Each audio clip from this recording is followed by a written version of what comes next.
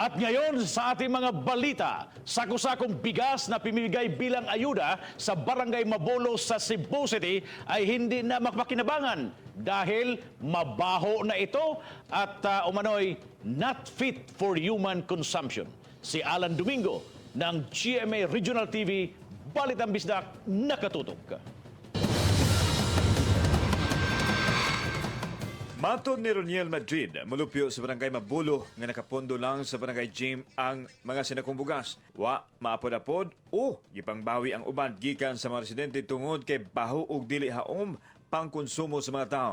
Marso pa o panahon sa unang ECQ na palit ang naasoy bugas gamit ang 3 milyones pesos nga pundo gikan sa Cebu City Hall. Sa kalisod sa kinabuhi sa mga tao, naanugnan ang mga mulupyo nga wa makapahimos nini. Gikwestiyon sa mga mulupyo nganong dili man mapresyur sa barangay ang supplier sa pag-ilis sa bugas nga taas naman ang panahon nga gipaabot. Tigaan nila yung pagtagad, sir. Kaning bugas kung ilan yung mailisan, dagan pang tao makatabang nga ni sir. Labi na karon nasa sa krisis na tas pandemya.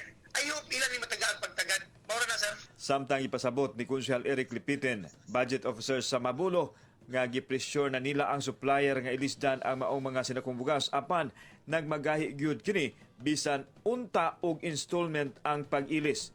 Busa gipaabot na nila sa City Hall alang sa pagpasaka og kaso sa supplier.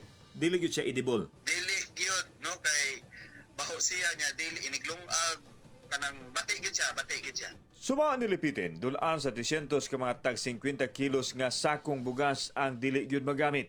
Kabahin lang kini sa mukapin sa usa ka libo ka sakong bugas nga napalit diin ang walay baho nga hatag na. Admitido ang opisyal nga napay tulo ka mga sityo ang wa mahatagi og bugas, busa nangayo sila og dispensa sa mga tao. Mga kung tagpasensya, no, rest assured nga tanang mga ayuda nga ipanghatag sa gobyerno gikan sa atong mayor maabot gyud na sa atong. Naka-season 3 na ang Cebu City sa Enhanced Community Quarantine. Busa singgit sa mga tao ang ayuda o pagkaon.